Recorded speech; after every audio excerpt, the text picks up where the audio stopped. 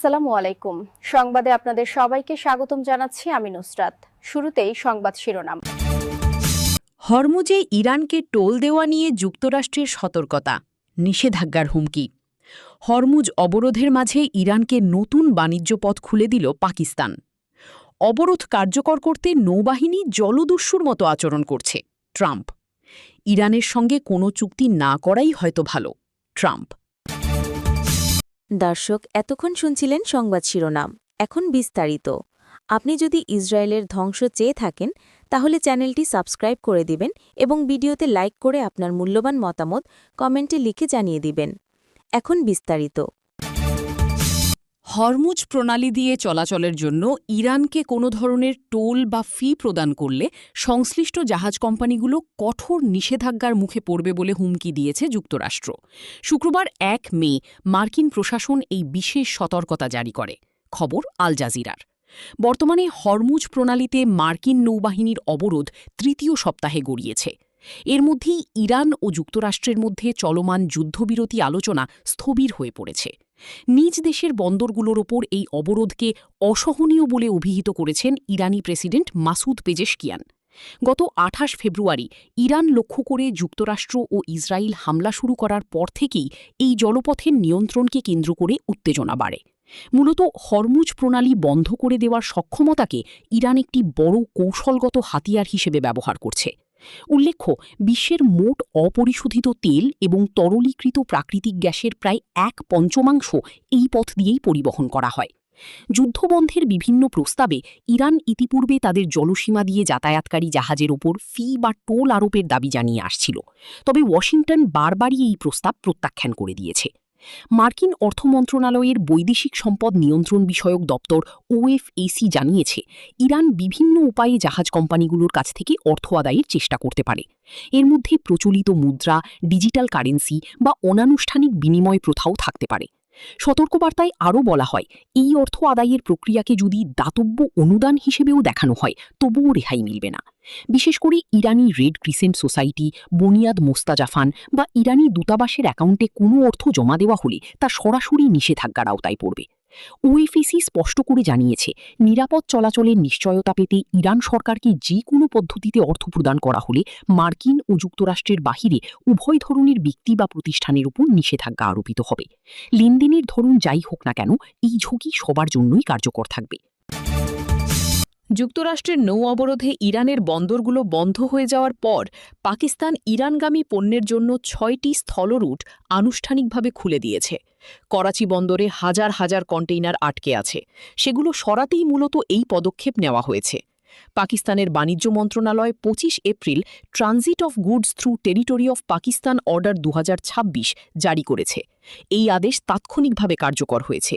এতে তৃতীয় দেশ থেকে আসা পণ্য পাকিস্তানের মধ্য দিয়ে সড়ক পথে ইরানে পাঠানোর সুযোগ তৈরি হয়েছে। ৬টি রুট পাকিস্তানের প্রধান বন্দরগুলো যেমন করাচি, পোর্ট কাসিম ও গোয়াদরকে ইরানের গাবুদ ও তাফতান সীমান্তের সঙ্গে যুক্ত করেছে। এই রুটগুলো বেলুচিস্তানের তুরবত, পাঞ্জগুর, খুজদার, কোয়েটা ও দালবান্দিনের মধ্য দিয়ে গেছে। সবচেয়ে ছোট রুটটি হল গোয়াদর গাবদ করিডোর। এই পথে ইরানের সীমান্তে পৌঁছাতে মাত্র ২ থেকে ৩ ঘণ্টা লাগবে। করাচি থেকে ইরান সীমান্তে পৌঁছাতে সাধারণত ১৬ থেকে ১৮ ঘণ্টা লাগে। কর্মকর্তাদের মতে, গোয়াদর গাবদ রুটে পরিবহন খরচ করাচি থেকে তুলনায় ৪৫ থেকে ৫৫% কমে আসবে।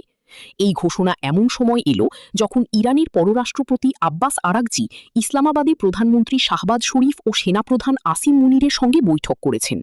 ওয়াশিংটন ও তেহরানের মধ্যে ২ মাসের যুদ্ধ শেষ করতে পাকিস্তান মধ্যস্থতার চেষ্টা করছে। বাণিজ্যমন্ত্রী জাম কামাল খান এই উদ্যোগকে আঞ্চলিক বাণিজ্য বাড়াতে এবং পাকিস্তানের একটি গুরুত্বপূর্ণ বাণিজ্য করিডোর হিসেবে ভূমিকা শক্তিশালী করতে একটি গুরুত্বপূর্ণ পদক্ষেপ বলে অভিহিত করেছেন। উল্লেখ্য, ভারত থেকে আসা পণ্য এই ট্রানজিট সুবিধার আওতায় নেই। ২০২৫ সালের মে মাসে ভারত পাকিস্তান যুদ্ধের পর জারি করা এক আদেশে ভারতীয় পণ্যের পাকিস্তানের মধ্য দিয়ে পরিবহন নিষিদ্ধ করা হয়েছিল। এই বছরের ১৩ এপ্রিল ওয়াশিংটন ইরানের বন্দরগুলোতে নৌ অবরোধ আরোপ করে। এতে ইরানের সামুদ্রিক যোগাযোগ বন্ধ হয়ে যায়। এরপর থেকে করাচি বন্দরে ইরানগামী ৩,০০০-এরও বেশি কন্টেইনার আটকে আছে। বিশ্লেষক ইফতিখার ফিরদৌস বলেছেন, এটি একটি বড় পরিবর্তন। পাকিস্তান এখন পশ্চিমমুখী বাণিজ্যের জন্য আফগানিস্তানকে পুরোপুরি এড়িয়ে যেতে পারবে। কাবুলের ট্রানজিট গুরুত্ব ও আয়ের উপর এর প্রভাব তাৎক্ষণিক নয়, কিন্তু কৌশলগত দিক থেকে এটি বাস্তব। তিনি আরও বলেছেন, এই করিডোর পাকিস্তানকে চীন সমর্থিত বাণিজ্য রুটের মাধ্যমে পশ্চিম এশিয়ায় প্রবেশের প্রধান স্থল প্রবেশদ্বার হিসেবে প্রতিষ্ঠিত করবে। ইরানি বন্দরগুলোর বিরুদ্ধে যুক্তরাষ্ট্রের নৌ অবরোধ কার্যকর করতে মার্কিন নৌবাহিনী জলদস্যুদের মতো আচরণ করছে বলে মন্তব্য করেছেন প্রেসিডেন্ট ডোনাল্ড ট্রাম্প। কয়েকদিন আগে সাগরে মার্কিন বাহিনী ইরানের কয়েকটি জাহাজ জব্দ করে, সেই ঘটনার বর্ণনা দিতে গিয়ে ট্রাম্প এ মন্তব্য করেন। খবর রয়টার্সের। ওয়াশিংটন ডিসির স্থানীয় সময় শুক্রবার সন্ধ্যায় ট্রাম্প বলেন, আমরা জাহাজটি দখল করে নিই, আমরা পণ্য সম্ভার নিয়ে নিই, তেল নিয়ে নিই, এটি খুব লাভজনক ব্যবসা। তিনি বলেন, আমরা জলদস্যুদের মতো, আমরা অনেকটা জলদস্যুদের মতো, কিন্তু আমরা খেলা খেলছি না।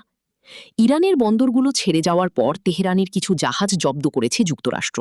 এসব জাহাজের মধ্যে নিষেধাজ্ঞার আওতায় থাকা একটি পণ্যবাহী জাহাজ ও এশিয়ার জলসীমায় আটক করা একটি ইরানি তেল ট্যাঙ্কার রয়েছে। ২৮ ফেব্রুয়ারি যুক্তরাষ্ট্র ও ইসরায়েলের যৌথ হামলার মধ্য দিয়ে যুদ্ধ শুরু হওয়ার পর থেকে হরমুজ প্রণালী দিয়ে জাহাজ চলাচল অবরুদ্ধ করে রেখেছে ইরান। তবে এই প্রণালী দিয়ে ইরানি জাহাজগুলোর চলাচল অব্যাহত আছে। ১৩ এপ্রিল থেকে ইরানি বন্দরগুলোর ওপর পৃথক অবরোধ আরোপ করেন ট্রাম্প। বিশ্বের ২০% তেল ও তরলীকৃত প্রাকৃতিক গ্যাস সরবরাহের জলপথ হরমুজ প্রণালী অবরুদ্ধ হয়ে থাকায় বিশ্বজুড়ে জ্বালানি বাজারে অস্থিরতা দেখা দিয়েছে। ফলে তেল ও গ্যাসের দাম বৃদ্ধি পাচ্ছে। এই যুদ্ধের কারণে মার্কিন নাগরিকদের জীবনযাত্রার ব্যয় বৃদ্ধি পাওয়ায় ক্রমাগত জনপ্রিয়তা হারাচ্ছেন ট্রাম্প। গত মাসে তিনি পুরো ইরানি সভ্যতা ধ্বংস ও দেশটির বেসামরিক অবকাঠামোগুলো লক্ষ্যস্থল করার হুমকি দিয়ে ব্যাপক নিন্দা কুড়ান। মার্কিন প্রেসিডেন্ট ডোনাল্ড ট্রাম্প বলেছেন, ইরানের সঙ্গে কোনো চুক্তি না হলেও যুক্তরাষ্ট্র সম্ভবত আরও ভালো অবস্থায় থাকতে পারে, কারণ আলোচনায় আবারও অচলাবস্থার ইঙ্গিত দেখা যাচ্ছে। স্থানীয় সময় শুক্রবার ১ মে তিনি বলেন, সত্যি বলতে হয়তো কোনো চুক্তিই না করাই আমাদের জন্য ভালো। আপনি কি সত্যিটা জানতে চান? কারণ আমরা এই বিষয়টা এভাবে চলতে দিতে পারি না। অনেক দিন ধরেই এটা চলছে। এর আগে একই দিন ফ্লোরিডার উদ্দেশ্যে রওনা হওয়ার আগে সিএনএনকে ট্রাম্প জানান, সংঘাত নিরসনে ইরানের সর্বশেষ প্রস্তাবে তিনি সন্তুষ্ট নন। পরে সাংবাদিকদের তিনি বলেন, ইরান প্রসঙ্গে তার সামনে দুটি পথ রয়েছে। একটি হল সরাসরি কঠোর সামরিক পদক্ষেপ নিয়ে বিষয়টির স্থায়ী সমাধান করা, আর অন্যটি হল একটি চুক্তির মাধ্যমে সমাধান খোঁজা। এদিকে শুক্রবার ১ মে তুরস্কে সফর করেন ইরানের পররাষ্ট্রমন্ত্রী সৈয়দ আব্বাস আরাকচি। সেখানে তুরস্ক, কাতার, সৌদি আরব, মিশর, ইরাক এবং আজারবাইজানের পররাষ্ট্রমন্ত্রীদের বৈঠকে যুক্তরাষ্ট্রের সঙ্গে ফের বৈঠকে বসার ব্যাপারে নিজেদের অবস্থান স্পষ্ট করেন তিনি। বৈঠকে ইরানের পররাষ্ট্রমন্ত্রী বলেন, ইরান এই যুদ্ধ শুরু করেনি এবং যুক্তরাষ্ট্র যদি যুদ্ধবিরতি ভেঙে ফের হামলা শুরু করে তাহলে তা মোকাবিলার জন্য ইরান সম্পূর্ণ প্রস্তুত। তিনি বলেন, তবে আমরা চাই যুক্তরাষ্ট্রের সঙ্গে আমাদের মতপার্থক্যগুলো সংলাপের মাধ্যমে সমাধান হোক। একটি স্থায়ী সমঝোতায় পৌঁছানোর জন্য ইরান ফের আলোচনায় বসতে ইচ্ছুক। তবে সেক্ষেত্রে যুক্তরাষ্ট্রকে অবশ্যই অতিরিক্ত বাড়াবাড়ি এবং হুমকি জাতীয় কথাবার্তা বন্ধ করতে হবে। আপনি যদি আমাদের চ্যানেলে নতুন হয়ে থাকেন তাহলে চ্যানেলটি সাবস্ক্রাইব করে দিন।